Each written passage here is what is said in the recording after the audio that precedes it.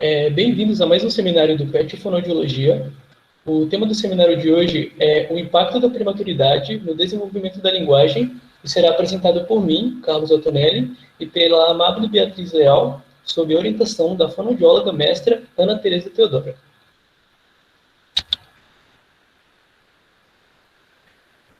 Primeiramente, é importante definirmos o que é prematuridade e o que é baixo peso ao nascer. A Organização Mundial da Saúde considera prematura, ou também pré-termo, a criança nascida com menos de 37 semanas de gestação, enquanto o baixo peso ao nascer é definido como sendo menor que 2.500 gramas. Ele também pode ser subcategorizado em muito baixo peso ao nascer, quando esse peso, na ocasião do nascimento, for menor que 1.500 gramas. Essa definição é baseada em classificações epidemiológicas de que crianças nascidas com menos de 2.500 gramas têm um risco aproximadamente 20 vezes maior de irem a óbito quando são comparadas a crianças de maior peso. É importante destacarmos que tanto a idade gestacional quanto o peso ao nascer são os principais fatores determinantes de complicações neonatais e podem estar relacionados ao neurodesenvolvimento pós-natal. Bom, no mundo, nascem em média 15 milhões de prematuros todo ano. Esse número corresponde a uma média de 10% do total de nascimentos. Já no Brasil, um estudo feito pela Escola Nacional de Saúde Pública levantou que a taxa de prematuridade brasileira é de cerca de 11,5%. Para termos uma ideia, o IBGE registrou em 2017 o número de 2,87 milhões de nascimentos no total, o que nos faz concluir que apenas naquele ano, mais de 330 mil crianças nasceram prematuras, o que é um número muito alto. Também trouxemos os dados referentes ao município de Bauru, onde um estudo feito pela equipe de pesquisa coordenada pela professora doutora Dionísia Lamônica fez um levantamento de dados de crianças nascidas prematuras entre os anos de 2015 a 2017 na maternidade Santa Isabel, aqui no município. Foi levantado que, por ano, nascem em média 420 crianças prematuras na maternidade. Esse número corresponde a uma média de 35 nascimentos prematuros todo mês, o que também é um número muito alto. Bom, os estudos apresentam que os fatores etiológicos relacionados à prematuridade podem ser diversos, podendo estar relacionados aos fatores maternos, ambientais e neonatais. Estatisticamente, as variáveis que se mostraram mais significantes foram a idade materna, a redução da escolaridade materna, o tipo de gravidez, se é única ou múltipla, o tipo de parto, se é vaginal ou cesariana, o ápiga no 5º minuto, o peso ao nascer e um pré-natal inadequado. E apesar de os avanços científicos e tecnológicos terem contribuído para diminuir a mortalidade em recém-nascidos pré-termo, a prematuridade e o baixo peso ainda constituem causas de mortalidade e morbidade neonatal, e também ainda causam grande impacto clínico e epidemiológico. É importante destacarmos que, ainda hoje, a prematuridade é a principal causa de mortalidade nos primeiros meses de vida.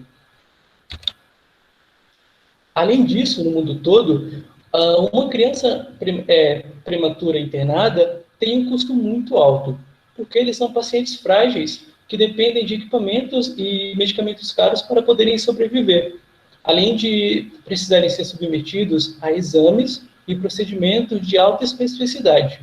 Eles também precisam de um cuidado redobrado por parte daquela equipe de saúde que vai cuidar daquela criança. Então, todos esses fatores vão ter um custo. No Brasil, não é diferente.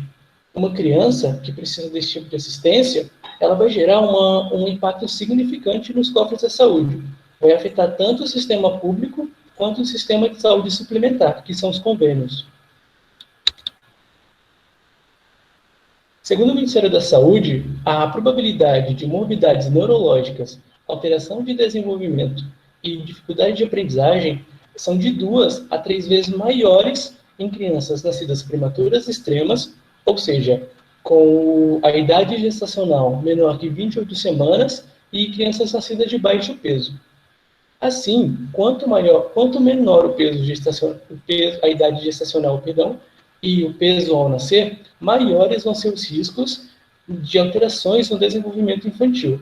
De maneira que uma em cada 6 crianças nascidas entre a 28ª e a 31ª semana gestacional, ou nascidas de muito baixo peso, vão apresentar algum atraso cognitivo ou motor quando são avaliadas aproximadamente aos 2 anos de idade.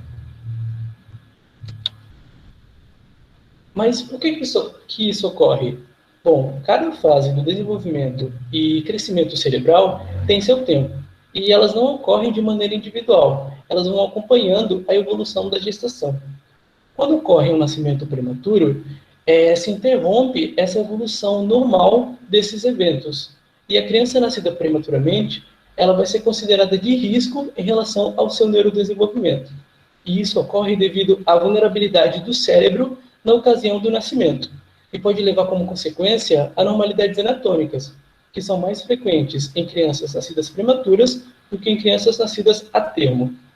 Essas anormalidades anatômicas, elas podem causar déficits em habilidades funcionais, cognitivas e comportamentais. Além disso, essas complicações pré- e pós-natais podem ocasionar déficits em habilidades cognitivas, motoras, em área de atenção, memória, linguagem, coordenação visomotora e visoespacial. Destacando que estudos que fazem comparações entre crianças nascidas prematuras e crianças nascidas a termo evidenciam que as crianças nascidas prematuras, elas apresentam pior desempenho nos indicadores relacionados à linguagem. Assim, a prematuridade e o baixo peso vão ser fatores de risco para o desenvolvimento da fala e da linguagem, de maneira que esses desvios do desenvolvimento do setor da linguagem podem ocorrer nas funções auditiva receptiva, auditiva expressiva e visual. Bom, o desenvolvimento comunicativo de um bebê, ele acontece muito antes de se observar as primeiras respostas verbais. Isso porque, nas interações da mamãe com o bebê, desde os primeiros dias de vida, já são observadas diversos sinais sociais, como, por exemplo, o olhar, o sorrir, o tocar. Assim, no nascimento prematuro, a influência desses fatores de risco para o desenvolvimento da linguagem podem ser percebidas já nesse período pré-verbal, onde essas crianças prematuras já vão apresentar algum atraso na avaliação de determinadas habilidades pré-linguísticas. E, como consequência disso, podem causar problemas no aprendizado da leitura e da escrita, baixo desempenho escolar e consequente prejuízo social e afetivo.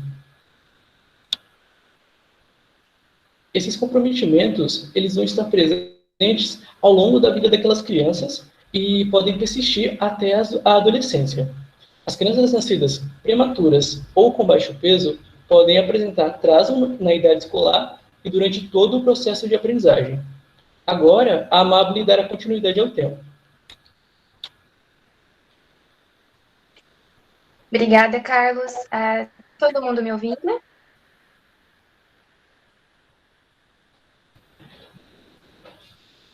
Tá, então eu vou continuar.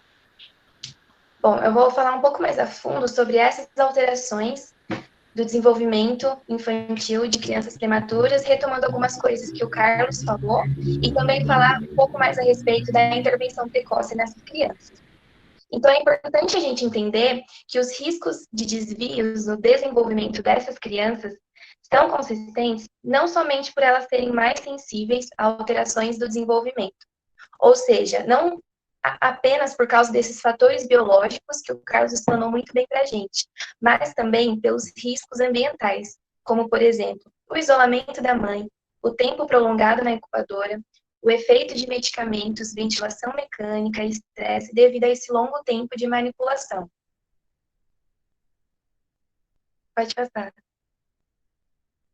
Então, essas crianças, quando comparadas a crianças a termos, elas possuem um maior risco para essas alterações no desenvolvimento, sendo esses déficits observados na área motora, comportamental, pessoal, social e principalmente de linguagem, como o Carlos disse.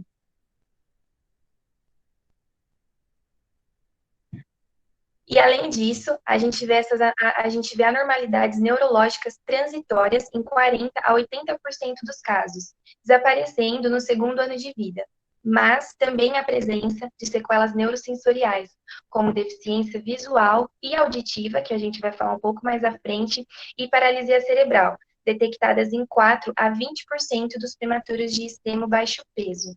É importante entender que todas essas crianças, elas precisam de atenção de uma equipe multiprofissional. Porque uma criança, por exemplo, que nasce de 36 semanas, ela tem tanto risco quanto as que nascem também com 32 semanas, por exemplo. Pode passar. Então, quando a gente vai olhar para esses estudos, a literatura ela nos mostra que há maior comprometimento na linguagem dessas crianças. E são diversas essas habilidades de linguagem que estão comprometidas, sendo recepção e expressão, e alguns estudos ainda falam que a expressiva é até pior que a receptiva.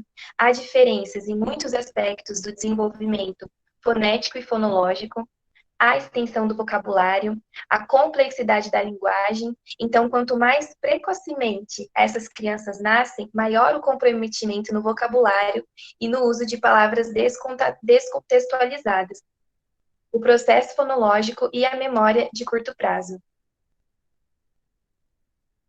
Pode passar. E o que isso vai interferir, então? Então, essas crianças vão apresentar mais dificuldades para o uso de formas irregulares e combinação de palavras. Então, a gente pode concluir que a prematuridade está associada ao aumento do risco para as alterações de linguagem em período pré e escolar.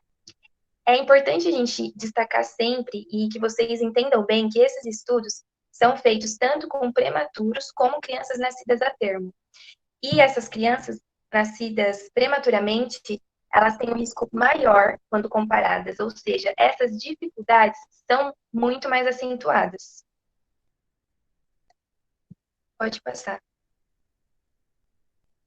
E assim, né, a gente não pode falar de linguagem sem falar da audição. A gente sabe que certas complicações neonatais podem causar deficiência auditiva e são caracterizados como indicadores de risco, por exemplo, permanecer em UTI neonatal por 48 horas ou mais, o peso ao nascer menor que 1.500 gramas, a hiperbilirrubinemia e a ventilação mecânica, entre outros fatores. Pode passar. Então, devido a esses fatores, é fundamental monitorar criteriosamente esses bebês no desenvolvimento auditivo, né, no desenvolvimento dessas funções auditivas, identificar qualquer tipo de perda auditiva a tempo, aproveitando, assim, o período ideal para a aquisição da linguagem, nos primeiros 3 anos de vida, a fim de se evitar os efeitos da perda auditiva. Pode passar. Então, é totalmente importante a gente entender que esses déficits, eles podem permanecer até a aquisição da leitura e da escrita. O processo de alfabetização já é complexo com uma criança que não tem esses comprometimentos. Então, para uma criança que tem esses comprometimentos, a gente tem que entender que todas essas alterações cognitivas, motor, óculo-visual, que são ligadas, né, ao processo de aprendizagem, elas vão estar alteradas, né? Elas podem vir a estar alteradas nesses nascidos prematuros, porque o processamento da informação que vem do ambiente depende dessas funções neuropsicológicas de atenção, percepção, memória, que sustentam a aprendizagem.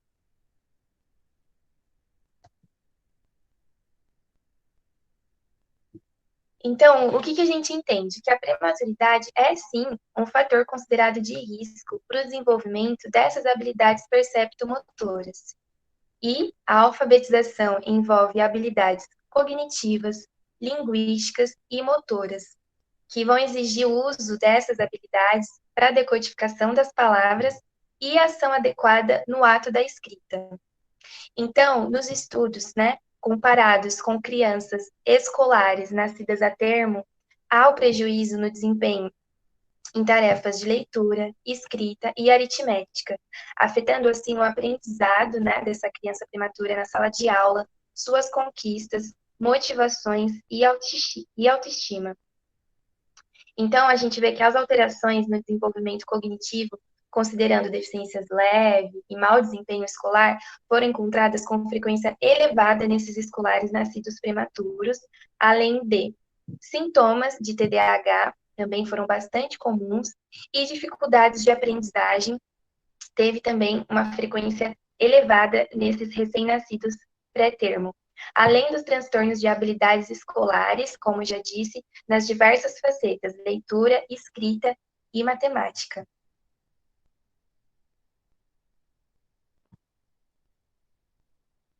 Então, é importante a gente entender, né, que mesmo aquelas crianças que não apresentam lesões cerebrais identificáveis, podem ter alterações importantes do desenvolvimento e precisam ser inseridas em programas de estimulação precoce, a fim de se evitar esses maiores comprometimentos na fase escolar, adulta, enfim. Agora a gente vai falar um pouco mais, então, sobre a importância da intervenção precoce e do fonoaudiólogo inserido nessa equipe.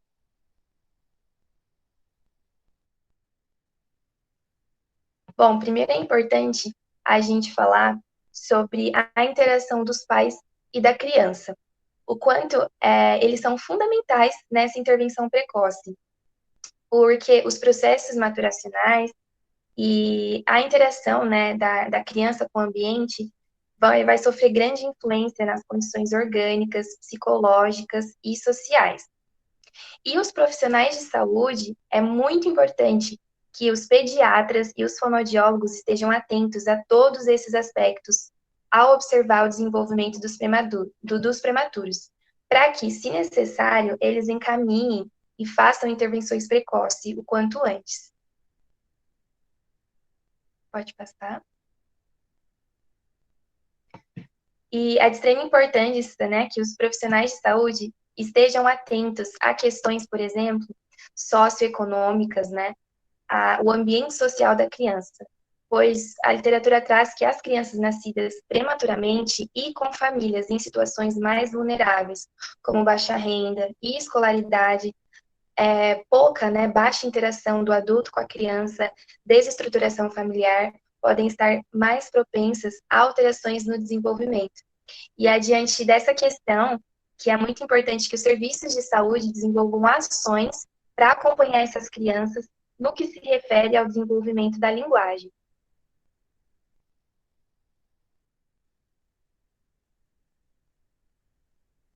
E a família, claro, ela vai ser muito importante no processo terapêutico.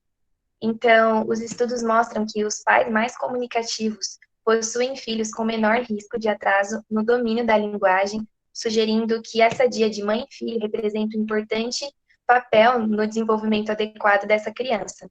E o estado emocional materno e o ambiente da UTI neonatal limitam o desenvolvimento desses prematuros.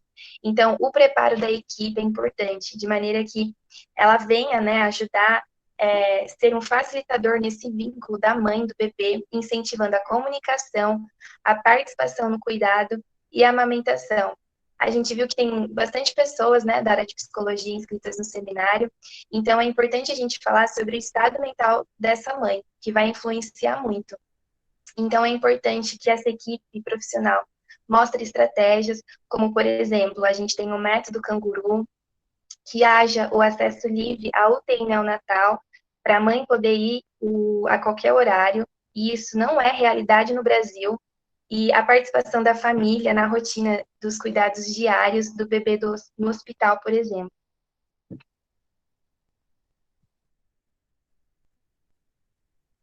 Mas e o papel, então, do fonoaudiólogo, né, na atuação com essas crianças?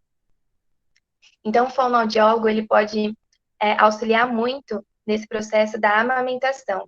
Então, nós sabemos que, além dos benefícios nutricionais, imunológicos, emocionais e socioeconômicos, a amamentação natural contribui para a saúde fonoaudiológica dessa criança, pois ela está relacionada ao desenvolvimento crâniofacial e motor oral do bebê. Assim, a amamentação ela vai prevenir alterações dos órgãos fonoarticulatórios e das funções neurovegetativas, como respiração, mastigação e deglutição. e da fala, né? E assim, o fonoaudiólogo, ele é de extrema importância, porque ele vai atuar auxiliando essa mãe, né? Motivando essa mãe nesse processo. E assim, quando ele valoriza, incentiva, ele dá apoio, a qualidade de vida do bebê, tanto da mãe, melhora, esse vínculo da mãe e bebê melhora, e assim auxilia no processo de aproximação e aceitação do nascimento de um filho prematuro ou de baixo peso, diferente do idealizado. Então, os estudos apontam que as mães, elas se sentem mais ansiosas, com medo, e muitas vezes elas se culpam pelo nascimento prematuro. E isso pode fazer com que as mães não se sintam capazes de cuidar desse bebê e de atender às necessidades do bebê. Então, a literatura indica sentimentos como raiva, medo e estresse e muita culpa por parte dessa mãe. E os profissionais precisam estar atentos e o fonoaudiólogo, ele vai exercer um papel importantíssimo nessa fase. Pode passar? Então, o fonoaudiólogo, na equipe de intervenção precoce, ele é muito importante porque ele conhece esses marcadores do desenvolvimento. Então, ele vai saber dizer ali quando há um atraso no balbucio da criança, né, nessa comunicação pré-verbal. Ele vai monitorar essa função auditiva e ele não tem que estar somente na equipe neonatal, mas também nessa equipe de intervenção precoce. Porque muitas dessas equipes só se preocupam com a parte motora, não dando a devida atenção para a comunicação. Pode passar. Então, o que a gente vê, né? Falamos aqui sobre tantas coisas e o importante agora, entendendo também um pouco do papel desse fonoaudiólogo nessa equipe, é que é de extrema importância ele observar as condições maturacionais da via auditiva desses prematuros, pois a linguagem, ela é favorecida por essas condições, né? A formação de representações linguísticas pelo ambiente é muito condicionada pelo cérebro por fatores relacionados à maturação. Então, isso também mostra, né, mais uma vez aí a importância do fonoaudiólogo nessa equipe, e a aquisição e o desenvolvimento da linguagem pelas crianças envolvem múltiplos aspectos. Então, nós vimos que, além dos físicos e biológicos, é importante também estarmos atentos aos fatores sociais e culturais, a fim de estimular essas crianças o mais precocemente e da melhor maneira possível, com o auxílio da família, principalmente nesse processo. Agora a gente vai chamar um pouco, né, para discutir aí uma prata da casa, a fonoaudióloga mestra Ana Tereza Teodoro, que nos orientou, e a gente vai falar um pouco sobre idade corrigida. Ana, seja bem-vinda. Obrigada. Então, primeiramente, eu gostaria de agradecer o convite, né, do PET Fonoaudiologia e do Carlos e da Amable, que apresentaram tão bem essa temática para a gente hoje. E agora, no final, eu só quero discutir com vocês algumas questões, principalmente relacionadas à idade corrigida. Então, a idade corrigida, ela é aplicada para aquelas crianças que nascem prematuras, e ela é baseada, né, na verdade, ela tem o objetivo de compensar essa imaturidade neurofisiológica que essa criança é exposta. Então, né, em um exemplo prático, para ficar mais fácil de vocês entenderem, uma criança que nasceu, por exemplo, em junho, né, o mês que a gente está, de 32 semanas. Em setembro, ela completaria 3 meses de idade cronológica, ou seja, a idade cronológica a gente considera a data exata que a criança nasceu. A idade corrigida, a gente faz baseada nessa idade gestacional. Então, por exemplo, essa criança que nasceu de 32 semanas, baseado, né, na recomendação da Organização Mundial de Saúde, de que essa criança deveria ter seu desenvolvimento intrauterino até as 40 semanas. Então, se nós formos pensar em uma criança que nasceu de 32 semanas, ela perdeu 8 semanas, né, de desenvolvimento intrauterino. Então, se a gente for, né, transformar isso em meses, então 8 semanas seriam 2 meses, certo? Então, em setembro, por exemplo, essa criança teria 3 meses de idade cronológica, mas se a gente for considerar a idade corrigida, ela teria 1 mês. Bom, depois desse exemplo prático, por que eu quero discutir isso com vocês? Quando a gente pensa em processo de intervenção e até mesmo de acompanhamento dessa criança, a gente precisa ter em mente que o acompanhamento dessas crianças nascidas prematuras ainda não é uma realidade em todas as regiões do país, tá? Então, muitas vezes, essa criança tem apenas o acompanhamento pediátrico, por exemplo, apesar de precisar estar inserida, né, em uma equipe multiprofissional, conforme o Carlos e a Amável apresentaram, essa não é, muitas vezes, a realidade. Então, os profissionais, principalmente da área médica, eles utilizam muito essa idade corrigida para considerar os marcadores do desenvolvimento. Então, se a gente for pensar, né, vamos pensar nos marcadores mais básicos, o equilíbrio cervical, né, o engatinhar, o andar, as primeiras palavras. Então, se para uma criança típica a gente espera que esse né, desenvolvimento da fala, por exemplo, né, das primeiras palavras ocorram aos 12 meses, muitos profissionais aplicam a correção da idade, né, e muitas vezes deixam passar o período que a gente considera como ideal, né, o período de maior plasticidade para o desenvolvimento dessa criança. Então, né, depois que eu falei tudo isso, o que eu quero que vocês sempre pensem, quando a gente atende, quando a gente recebe uma criança nascida prematura, é sim importante considerar a idade corrigida, né, já que essa criança teve esse processo, né, de desenvolvimento intrauterino interrompido.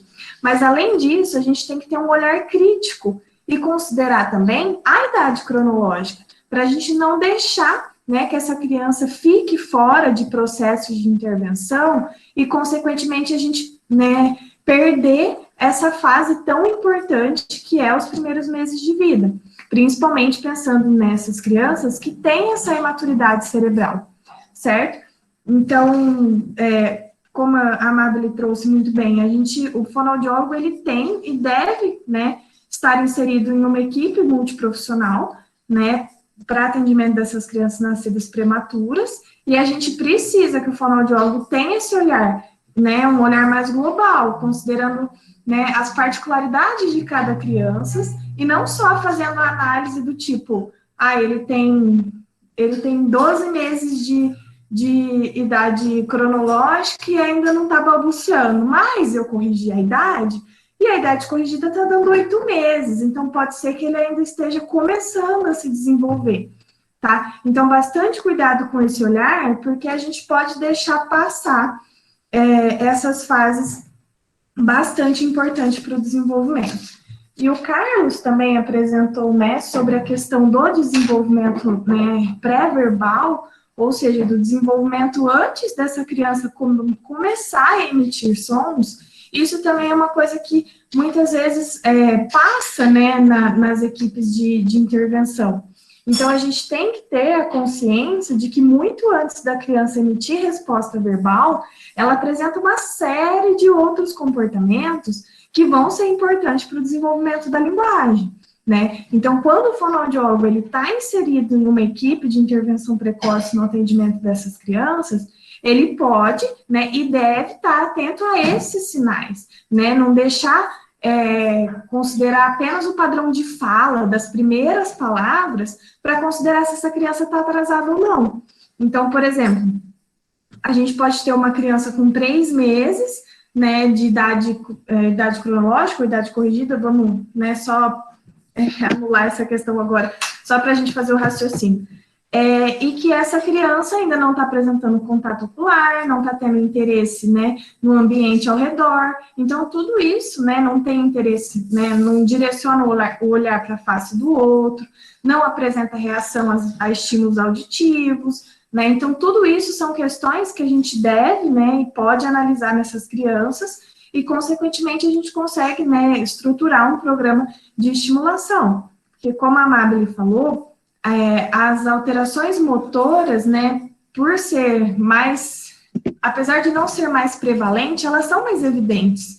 Então, se você tem uma criança que vai que tem 12 meses, né, considerando, por exemplo, a idade corrigida e ainda não anda, isso chama muita atenção da classe médica. Diferente, por exemplo, de uma criança que tem 12 meses e ainda não fala. Então, os programas focam muito nessa, né, estimulação motora e podem deixar passar essa estimulação da linguagem. Então, por isso, né, a importância do fonoaudiólogo estar inserido. Como eu já disse no início da minha fala, não é uma realidade brasileira, tá? Essa inserção dessas crianças em programas de estimulação. Na verdade, não é nenhuma realidade a formulação de programas, né, de intervenção. Tem, sim, alguns, né, preconizados pelo Ministério da Saúde, pelo governo federal, mas que a gente sabe que na prática, né, não é uma realidade ainda, infelizmente, né. E aproveitando, né, e na verdade já encerrando a minha fala, eu acho que na verdade essa é a nossa função, né, essa é a nossa questão. A gente deixar muito claro, né, para as demais áreas da saúde, para os órgãos competentes, de que o fonoaudiólogo deve, né, e tem capacidade tanto para estar presente quanto para liderar essas equipes, e consequentemente a gente precisa tornar isso uma realidade, porque essas crianças, como eles muito bem apresentaram, tem uma série de fatores de risco e que podem gerar, sim, impactos no desenvolvimento que vão, né, vamos dizer, se arrastar por toda a vida dessa criança e que vão trazer muitas consequências que podem ser evitadas, né, com a estimulação precoce. Então, acho que é isso. Se vocês, né, acho que agora eu vou voltar para a Mabel, mas acho que a gente vai abrir para pergunta. Acho que se alguém tiver, né, pode ser que não tenha pergunta, mas tem alguma contribuição, né, acho que vocês podem ficar à vontade, né, Mami?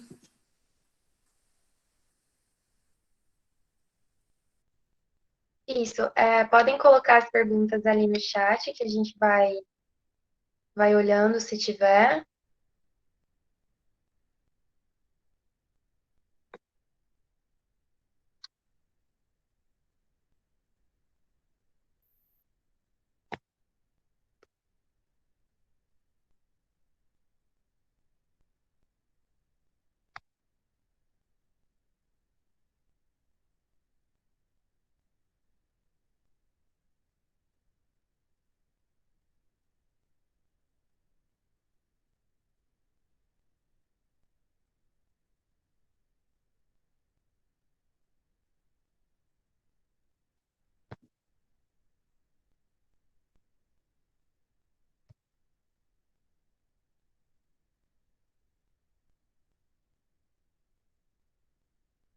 Isso, às vezes tem alguma questão, né, algum paciente de clínica que lembrou quando a gente atendeu.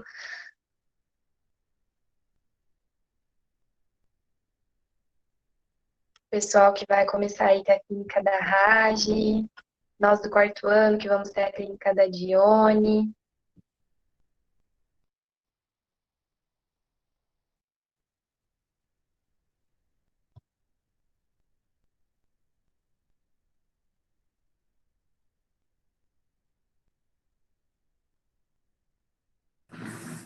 Amabile, eu vou fazendo mais algumas considerações, então, enquanto o pessoal não manda pergunta, tá? Eles vão mandando e aí a gente vai respondendo.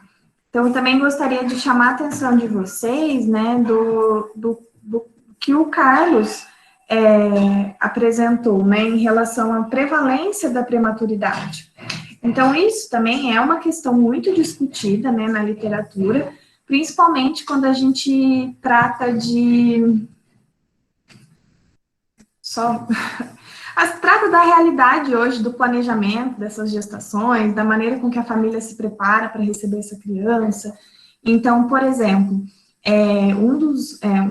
dos estudos mais recentes que falam, né, sobre a etiologia da prematuridade, traz a questão do quanto, né, o parto cesariano é muito prevalente no Brasil. Então, muitas vezes, as pessoas programam o nascimento da criança, né, para determinada data, e, consequentemente, você pode ter essa criança que não tem, né, a idade gestacional ideal, ou que essa criança ainda não, né, como falam-se na linguagem popular, que ela não esteja pronta para o nascimento. tá? Então, o Carlos trouxe a questão da prevalência, né, no mundo, né, no Brasil, e trouxe também uma realidade de Bauru, né, então, de uma maternidade de Bauru, porque nós temos mais de uma maternidade. Então, a gente vê que realmente, né, esses nascimentos ocorrem e, consequentemente, essas crianças vão chegar, né, em serviços de saúde. Então, por isso a importância da gente né, estar preparados, né, para o atendimento dessas crianças. Eu acho que chegou uma pergunta aqui, né? Gislane, por que o método canguru ainda não é utilizado no Brasil? Então, Gislane, na verdade, ele é uma portaria do Ministério da Saúde, tá? Na verdade, eu acho que já não está nem mais como portaria. Ou seja, o Ministério da Saúde, ele preconiza que o método canguru aconteça. Mas, se a gente for pensar, né, para a implementação de um método, você precisa de uma série de aparatos, tanto profissionais, né, quanto físicos. Então, você precisa ter uma equipe capacitada, né, para trabalhar esse método canguru. Na maternidade, você tem que ter um local específico destinado a isso, né? Então, o método canguru não é só o contato pele a pele. A gente tem uma série de outros, né, fatores que devem ser abordados. Então, eu acredito que no Brasil ainda não é uma realidade em todas as maternidades, principalmente se a gente pensar em limitação, tanto dos ambientes físicos, né, da maternidade, quanto o preparo da equipe para atender essas famílias, né, e essas crianças, e também a sensibilidade, né, dos profissionais de saúde do quanto isso é necessário, né? Então, quando uma criança prematura nasce, por exemplo, ela pode ter muitas questões respiratórias envolvidas, um exemplo. E aí, consequentemente, a equipe profissional foca, né, no desenvolvimento na reabilitação dessa parte respiratória, né, então investe em tecnologia nessa questão respiratória, e outros vão sendo considerados como, né, ou como insuficientes, ou como se não fosse prioridade, né, então eu acho que a mudança, né, das nossas unidades de saúde para que o método canguru seja uma realidade, envolve desde questões sociais, né, da formação, da prática desses profissionais, até mesmo a mudança da estrutura desses hospitais. Não sei se eu respondi.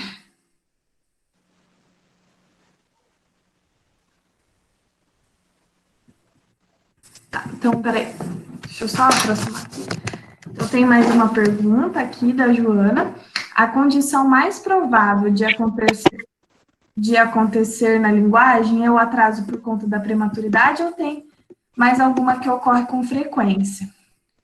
Joana, eu não sei se eu consegui compreender bem a sua pergunta, mas se você quer saber se a prematuridade é a principal causa de alteração de linguagem, é isso?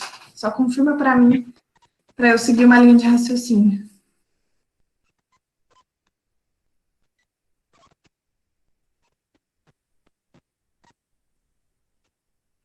Bom, eu vou falando, depois se não for, a gente retoma a pergunta. Mas, quando a gente pensa, né, na alteração de linguagem, eu acho que o primeiro de tudo é a gente considerar o quão multifatorial né, quando a gente pensa na possibilidade da gente ter uma alteração de linguagem. Então, a prematuridade, ela não é a principal causa. Tá, eu vou só concluir isso e já respondo de novo, tá? Então, a prematuridade não é a principal causa, né, de alteração de linguagem, mas é uma das que mais causam alteração de linguagem, tá? Então, depois ela colocou, na verdade, quis perguntar se tem mais alguma condição de linguagem associada à prematuridade, além do atraso de linguagem. Tá, acho que eu entendi. Na verdade, assim, quando a gente usa o termo, né, alteração de linguagem em prematuros, a gente está falando de uma série, né, de alterações que essas crianças podem estar expostas. Então, quando, né, a gente vai falar especificamente dessa população, a gente tem que entender que ela pode estar alterada nos seus mais diversos níveis, né, como a Mabel apresentou. Então, a gente pode ter alteração da linguagem oral, da linguagem escrita, né? E isso a gente está falando, né, de uma construção maior.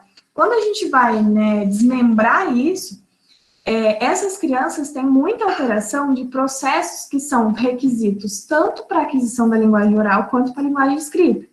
Então, elas têm alteração de memória, elas têm alteração de consciência fonológica, ela tem alteração de função executiva, ela tem alteração motora e, consequentemente, limita, né, essa exploração ambiental. Então, assim, o que eu quero dizer é que, quando você pensa nessa população, pode ser diversos tipos, tá, de alterações. E é importante também destacar que essas alterações podem ser diagnosticadas precocemente, mas que quando a gente pensa em um atraso, né, de linguagem ou de qualquer outra área, ela pode aparecer ao longo do desenvolvimento. Então, tem alguns estudos que mostram que os atrasos das crianças prematuras são mais evidentes próximo aos 2 anos de idade, né, aos 24 meses. Então, por isso a importância da gente acompanhar longitudinalmente essas crianças. Não sei se eu respondi também. Vocês podem ir mandando aí que a gente vai conversando.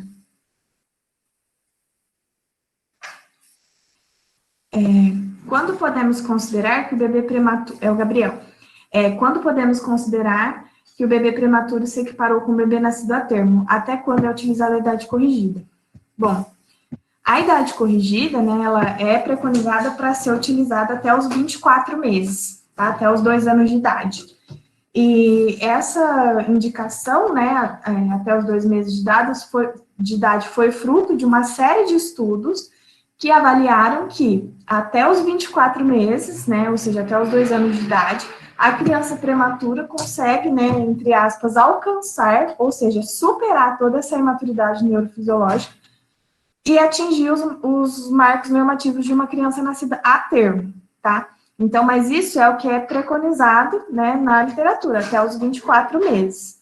Mas tem um artigo bastante recente, que se vocês quiserem depois, vocês podem me pedir por e-mail que eu envio para vocês, que ele discute bastante isso. Ele fala que, por exemplo, as alterações de linguagem não são superadas até os 24 meses. É uma meta-análise. Então, eles viram que em todos os artigos analisados, a linguagem era uma habilidade que até os 24 meses não se equiparou, tá? Então, ou seja, indicando que talvez ou precisasse usar um pouco mais a idade corrigida ou discutir, né, até que certo ponto, usar a idade corrigida, desculpa, é viável. E, além disso, discute também se deveria ser aplicado para todas as áreas. Então, tipo, será que eu corrijo a idade para o desenvolvimento motor, cognitivo e de linguagem? Então, isso é uma discussão, tá, bastante presente na literatura, mas se a gente for seguir, né, a recomendação atual, é até os 24 meses de idade. Os 2 anos.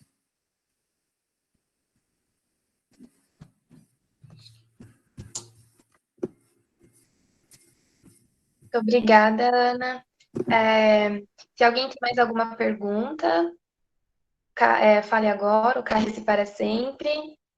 Já deu acho que 10, 12 para as 2, e o pessoal, a maioria do pessoal que acompanha, começa a ter aula agora às 2.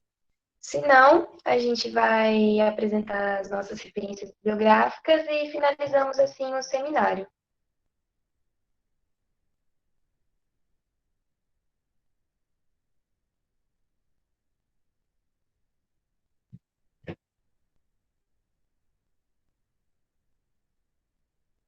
O pessoal está mandando os comentários, então a gente vai apresentar as referências bibliográficas agora.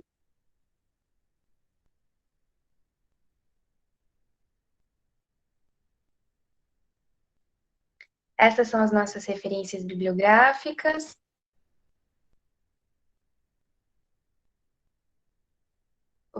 Em nome do PET Fonoaudiologia, agradecemos a adesão de todos a mais esse seminário e fiquem atentos às redes sociais para os próximos. Lembrando que hoje à noite a gente tem a Liga de Telesaúde. Ana, muito obrigada. Eu que agradeço o convite. Podem contar comigo sempre. Muito obrigado a todo mundo, pessoal. Muito obrigado, Ana.